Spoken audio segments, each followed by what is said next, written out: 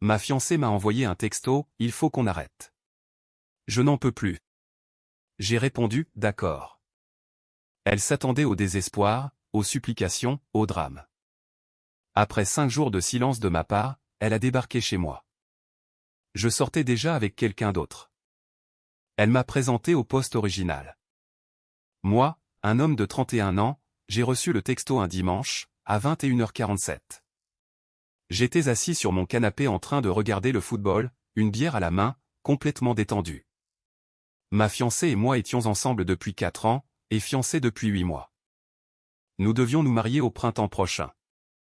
Le message disait, il faut qu'on arrête. Je n'en peux plus. J'y pense depuis un moment et je ne peux tout simplement pas. Je suis désolé.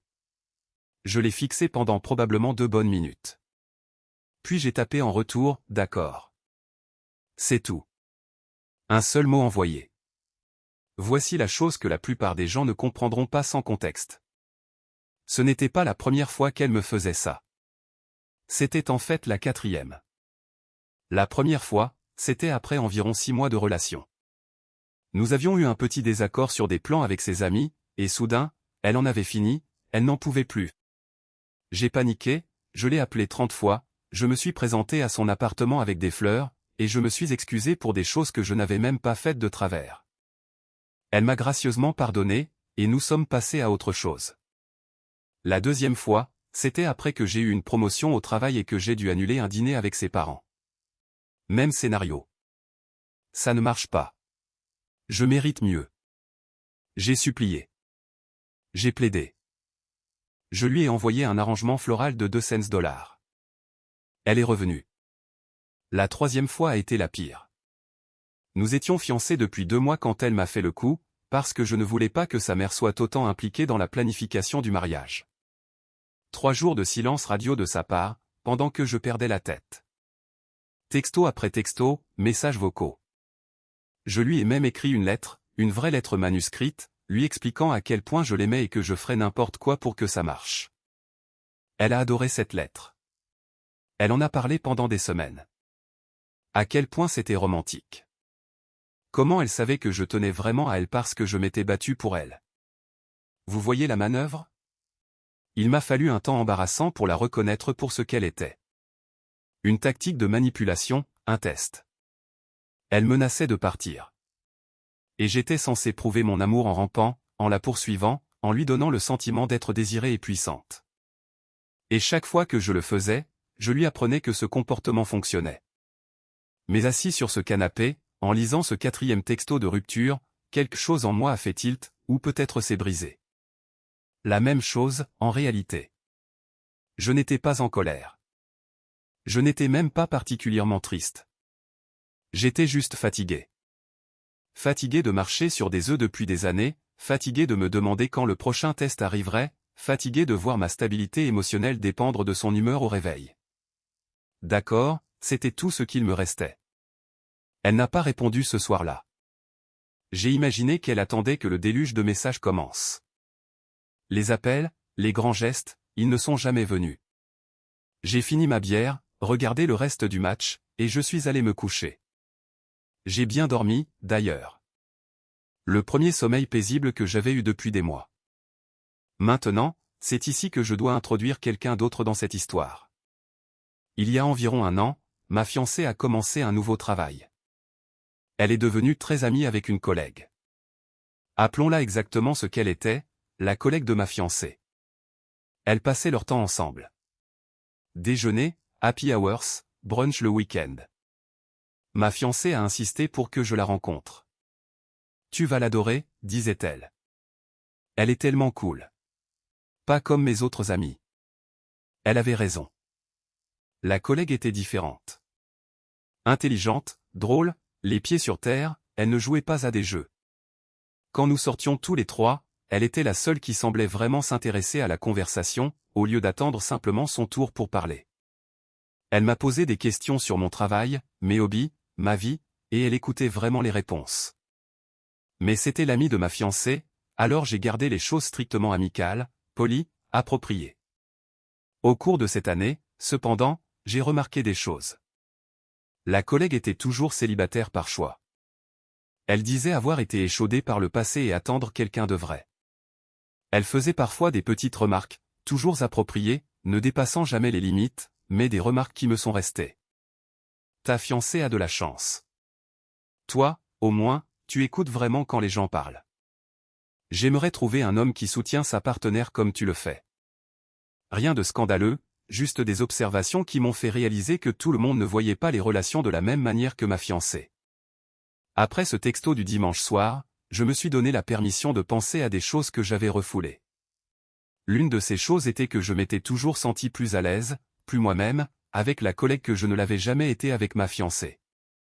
Lundi est passé, pas de message à ma fiancée. Pas d'appel.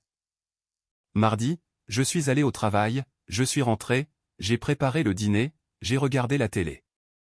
Mercredi, j'ai remarqué que ma fiancée avait regardé mes stories Instagram, mais n'avait toujours pas envoyé de texto. Elle attendait, c'était sûr. Jeudi soir, j'ai fait quelque chose auquel je pensais depuis 48 heures. J'ai envoyé un texto à la collègue. Salut, je ne sais pas si tu es au courant, mais ma fiancée et moi avons rompu. Elle a mis fin à la relation dimanche. Je sais que ça peut paraître bizarre, mais je me demandais si tu voulais prendre un café un de ces jours, juste pour parler. Sans pression. Elle a répondu en moins d'1 heure. Je suis au courant. Elle me l'a dit mardi. Elle a dit qu'elle avait besoin d'espace pour se retrouver. Je suis vraiment désolé. Et oui, un café me semble une bonne idée. Tu es libre samedi? J'étais libre samedi. Vendredi est arrivé et reparti. Toujours rien de ma fiancée. Je pouvais l'imaginer, vérifiant son téléphone constamment, de plus en plus confuse. Ce n'était pas comme ça que le scénario devait se dérouler. Samedi matin, 10 heures, j'ai retrouvé la collègue dans un café près de chez moi. Nous avons parlé pendant 3 heures. Pas de ma fiancée, mais de tout le reste. Sa famille, ses rêves, son goût affreux pour les émissions de télé-réalité, ce qu'elle assumait fièrement. Elle m'a fait rire, vraiment rire, pas le petit rire poli que j'avais perfectionné pendant 4 ans. Quand nous sommes partis, elle m'a pris dans ses bras. Un vrai câlin. J'ai passé un très bon moment, a-t-elle dit. On devrait refaire ça. Ce soir, me suis-je entendu dire. Pour dîner. Elle a souri. Viens me chercher à 19 heures.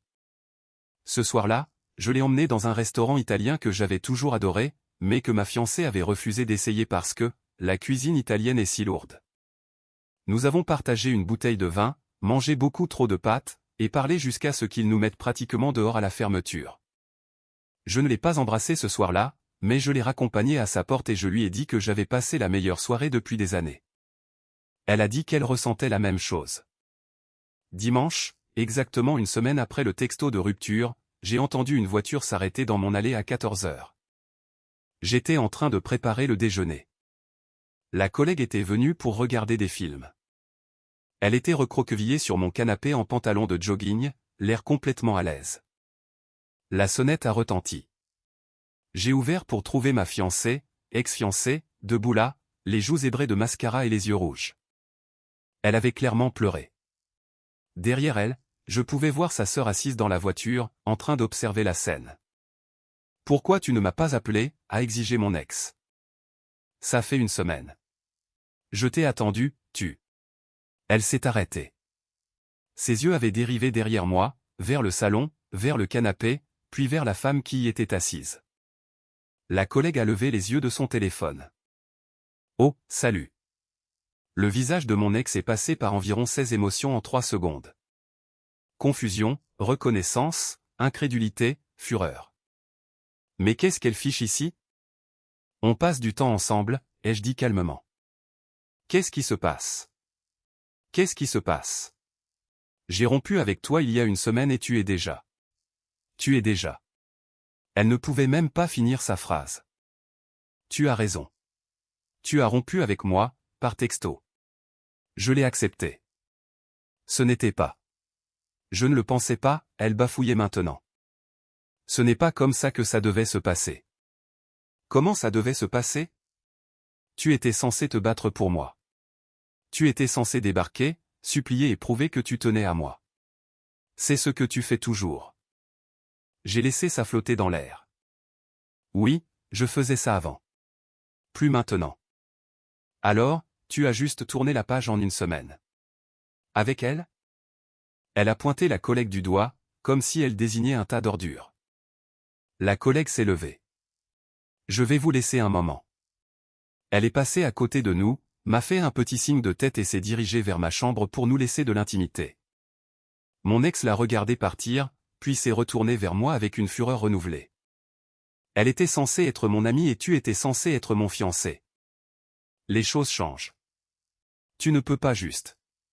Tu ne peux pas juste me remplacer comme ça. Je ne t'ai pas remplacé. Tu as mis fin à notre relation. Tu as dit que tu n'en pouvais plus. Je t'ai cru.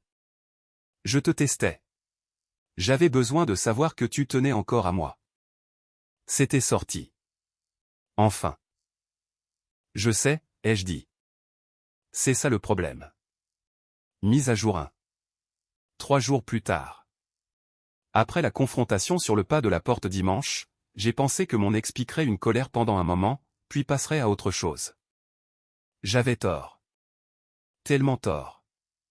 Le niveau de sentiment de tout lui devoir était absolument délirant.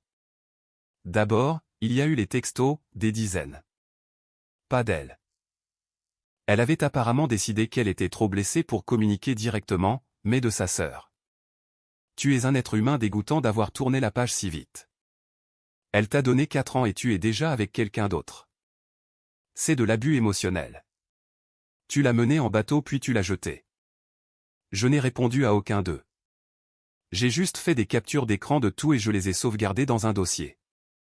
Ensuite, il y a eu les appels de sa mère. 3 fois le lundi, 2 fois le mardi. Je les ai tous laissés aller sur la messagerie vocale. Les messages allaient de « Comment as-tu pu faire ça à ma fille ?» Ah, j'ai toujours su que tu n'étais pas assez bien pour elle, en passant par « Tu dois rendre la bague de fiançailles immédiatement. » La bague, ah. Voici un détail amusant. J'avais dépensé 12 000 $ pour cette bague. C'était la mienne. Je l'avais choisie, payée intégralement, et je lui avais fait ma demande avec. Quand elle a dit oui, elle est devenue la sienne. Mais quand elle a rompu les fiançailles, eh bien, ça dépend de l'état. Dans le mien, si la personne qui reçoit la bague met fin aux fiançailles, la bague revient à celui qui l'a offerte. Elle y avait mis fin par texto. J'avais les preuves. Mercredi soir, on a frappé à ma porte. J'ai ouvert pour trouver mon ex et sa mère, debout là comme une sorte d'escouade d'intervention. Son père était garé sur le trottoir, l'air de vouloir être littéralement n'importe où ailleurs. Nous devons parler, a dit sa mère, en me bousculant pour entrer dans mon salon avant que je puisse protester. Entrez, je vous en prie, ai-je dit d'un ton plat. Mon ex se tenait au milieu de mon salon, regardant autour d'elle comme si elle cherchait des preuves. Est-ce qu'elle est là? Qui? Tu sais très bien qui. Non, elle est chez elle. Quoi? Sa mère est intervenue. Jeune homme, ce que vous avez fait est cruel, inadmissible. Ma fille vous a donné les plus belles années de sa vie. Elle a 28 ans et vous la remerciez en sautant immédiatement dans le lit de son ami. Premièrement, je n'ai sauté dans le lit de personne. Non pas que ce soit vos affaires. Deuxièmement, votre fille a rompu avec moi par texto. J'ai accepté. C'est toute l'histoire. Mon ex s'est mise à pleurer, sur commande, comme d'habitude. J'ai fait une erreur. J'étais stressé. Je ne le pensais pas.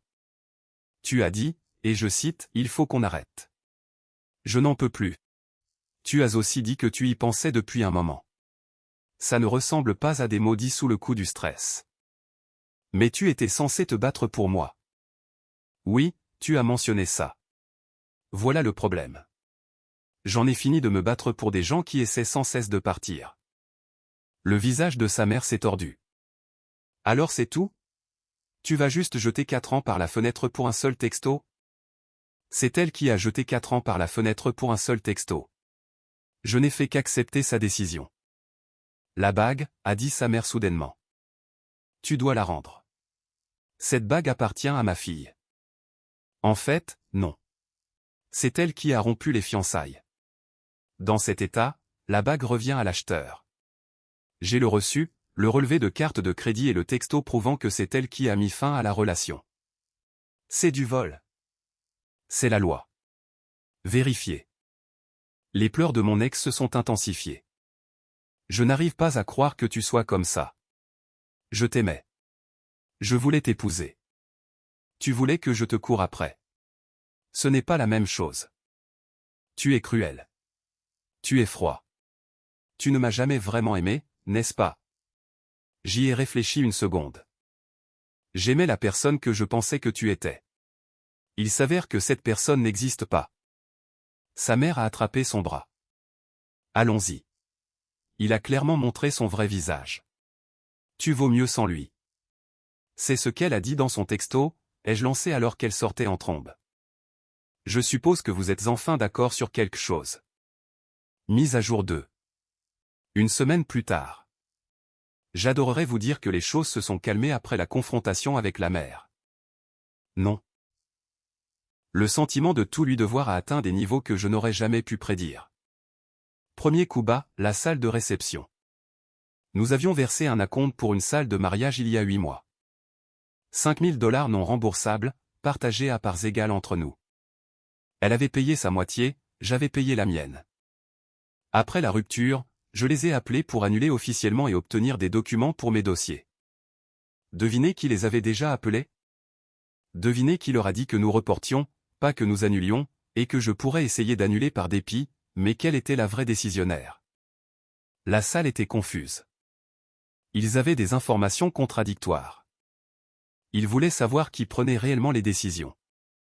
Je leur ai envoyé par email des copies des textos de rupture, j'ai expliqué la situation clairement, et j'ai demandé une confirmation écrite de l'annulation.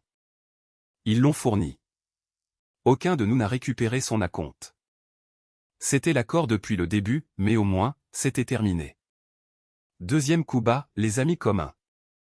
Mon ex a commencé à organiser ce que je ne peux décrire que comme des soirées de soutien dans son appartement, invitant tous nos amis communs, oubliant commodément de m'inviter, et passant les soirées à se peindre comme la victime d'un homme froid et sans cœur qu'il avait abandonné pour sa propre amie. J'ai appris ça par mon meilleur ami, qui avait été invité mais qui a vu clair dans la manipulation immédiatement. Elle a passé 3 heures à pleurer sur la façon dont tu l'as trahi, m'a-t-il dit autour d'une bière. Pas une seule fois elle n'a mentionné que c'est elle qui a rompu avec toi. Jamais mentionné les fois précédentes où elle avait fait ce coup. Juste, il a tourné la page si vite. Il n'a jamais dû m'aimer. Est-ce que quelqu'un y a cru? Certains oui. Ceux qui ne te connaissent pas bien. Ceux qui te connaissent, pas vraiment. On a vu comment elle fonctionne. Le groupe d'amis s'est divisé, à peu près à 60-40 en ma faveur. Pas une victoire parfaite, mais je n'en cherchais pas une. Je voulais juste la paix. Troisième coup bas, la situation de la collègue. Celui-ci était particulièrement méchant. Mon ex et la collègue travaillaient toujours dans la même entreprise, même département, même réunion quotidienne. Le lundi après que tout a explosé, mon ex a apparemment lancé une campagne de dénigrement. Rien de prouvable, rien de concret, juste des commentaires. Oh, c'est moi qui les ai présentés. Elle était censée être mon amie. J'imagine que certaines personnes ne peuvent tout simplement pas se retenir près des hommes des autres femmes. Des petites piques dans des contextes de groupe. Des silences appuyés quand la collègue parlait. La collègue a géré ça avec grâce. N'a pas mordu à l'hameçon. N'a pas riposté. A juste fait son travail, mais ça l'arrangeait. Elle m'a dit qu'elle avait commencé à redouter d'aller au travail, et ça m'a un peu brisé le cœur. Tu sais, tu n'es pas obligé de rester là-bas, je lui ai dit un soir. Je ne pars pas à cause d'elle. Ce serait la laisser gagner. C'est juste. Mais si ça devient trop dur, je m'en occuperai. J'ai géré pire. Puis est venu le vrai coup bas.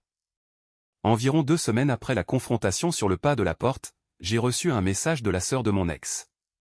Pas de colère cette fois. De la sympathie. Une fausse sympathie. Salut, je sais que les choses sont tendues entre toi et ma sœur.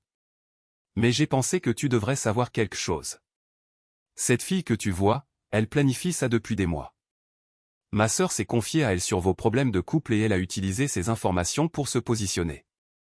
C'est une prédatrice. Tu te fais manipuler. Je l'ai montré à la collègue. Elle a ri, mais j'ai pu voir que ça la blessait. Ton ex me racontait tout, a-t-elle admis.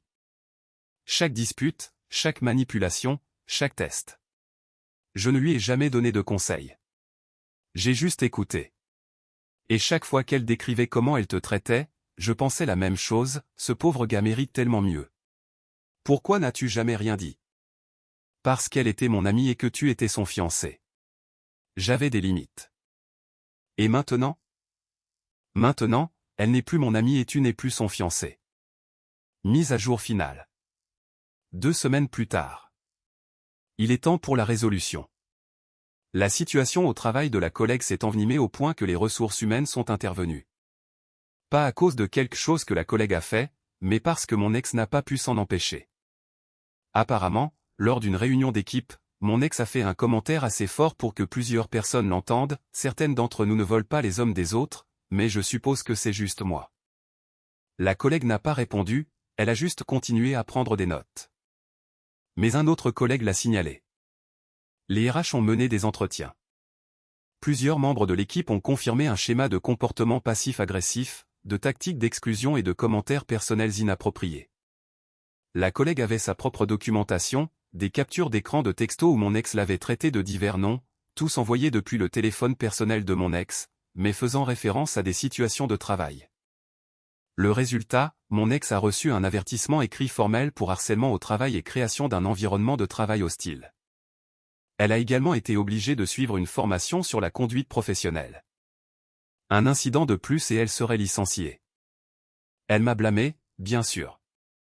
A envoyé un texto via un nouveau numéro, j'avais bloqué son principal. Tu as détruit ma vie, ma carrière, mes amitiés. J'espère que tu es heureux. Je n'ai pas répondu. Quant à la situation de la bague, après les menaces de sa mère, j'ai consulté un ami avocat. Il a confirmé ce que je savais déjà. Dans notre État, une bague de fiançailles est un cadeau conditionnel. La condition est le mariage. Si le destinataire rompt les fiançailles, la bague revient au donateur. Affaire classée. Mais c'est là que ça devient intéressant. J'ai vendu la bague, et j'en ai tiré environ 8 000 $. Pas les 12 000 $ que j'avais payés, mais assez. J'en ai mis la moitié en épargne et j'ai utilisé l'autre moitié pour quelque chose que je voulais faire depuis des années. J'ai pris une semaine de congé et je suis parti en vraies vacances. Juste moi. Quand je suis rentré, la collègue est venue me chercher à l'aéroport. Elle avait veillé sur mon appartement pendant mon absence, arrosant les plantes d'intérieur. Oui, j'ai des plantes d'intérieur maintenant. Celles que mon ex disait toujours qui encombraient l'endroit. C'était comment, a-t-elle demandé. Paisible. Vraiment paisible. Bien. Tu le méritais. Nous sortions officiellement ensemble depuis environ un mois à ce moment-là. C'était différent de tout ce que j'avais connu auparavant. Pas de jeu, pas de test, pas de marche sur des œufs, juste 2 personnes qui appréciaient la compagnie de l'autre et communiquaient comme des adultes. La dernière pièce du drame est venue d'une source inattendue, le père de mon ex. Il s'est présenté chez moi un soir, seul. J'ai hésité à ouvrir la porte, mais il n'avait pas l'air hostile, juste fatigué. « Je ne suis pas là pour te crier dessus », a-t-il dit. Je voulais juste m'excuser. Pourquoi? Pour la façon dont ma fille t'a traité, et pour la façon dont ma femme l'a encouragé. Il s'est frotté le visage. Je l'ai regardé te faire ça 4 fois. La rupture, l'attente que tu la poursuives. J'ai dit à ma femme que ce n'était pas bien. Elle a dit que c'était juste comme ça que les relations fonctionnaient. Ce n'est pas le cas. Je sais. J'aurais dû dire quelque chose à ma fille. Peut-être que les choses auraient été différentes. Peut-être. Ou peut-être qu'elle aurait juste appris à mieux le cacher. Il a hoché la tête lentement. Probablement raison. Bref, je voulais juste que tu saches que nous ne te blâmons pas tous. Certains d'entre nous ont vu exactement ce qui se passait. Il est parti après ça. Je n'ai plus jamais eu de ses nouvelles. Cela fait environ 6 semaines depuis le texto de rupture. Voici où tout le monde en est. Mon ex est toujours à son poste, mais elle a été mise à l'écart des grands projets depuis l'incident avec les RH. Son groupe d'amis est fracturé. La moitié d'entre eux ont compris son schéma et ont pris leur distance. L'autre moitié la défend toujours, mais même eux ont commencé à remarquer à quel point l'histoire change constamment. Sa mère m'envoie encore des textos occasionnels exigeant que je fasse ce qui est juste et que je rende la bague. J'ai bloqué 3 numéros jusqu'à présent. À ce stade, c'est juste un bruit de fond. La collègue et moi sommes toujours ensemble, nous prenons notre temps, nous apprenons à nous connaître. Elle a changé d'équipe dans son entreprise, non pas à cause de mon ex, mais parce qu'une meilleure opportunité s'est présentée. Mon ex s'est apparemment attribué le mérite de l'avoir chassée, ce qui, bien sûr, peu importe ce qui l'aide à dormir la nuit. Quant à moi, je vais bien. Vraiment bien. Pas je fais semblant que tout va bien, bien. Juste content. J'ai appris quelque chose d'important à travers tout ça. On ne peut pas forcer quelqu'un à bien nous traiter par la simple force de notre amour. On ne peut pas supplier pour obtenir le respect. Certaines personnes ne verront votre dévotion que comme la preuve qu'elles peuvent vous traiter comme elles le veulent et que vous serez toujours là. J'ai été ce gars-là pendant 4 ans. Plus maintenant. Mon ex s'attendait à ce que je la poursuive une fois de plus. Pour prouver mon amour par le désespoir. Pour lui donner le pouvoir de me reprendre gracieusement quand elle serait prête. Au lieu de ça, j'ai dit « d'accord ». Un seul mot. La chose la plus puissante que j'ai jamais dite.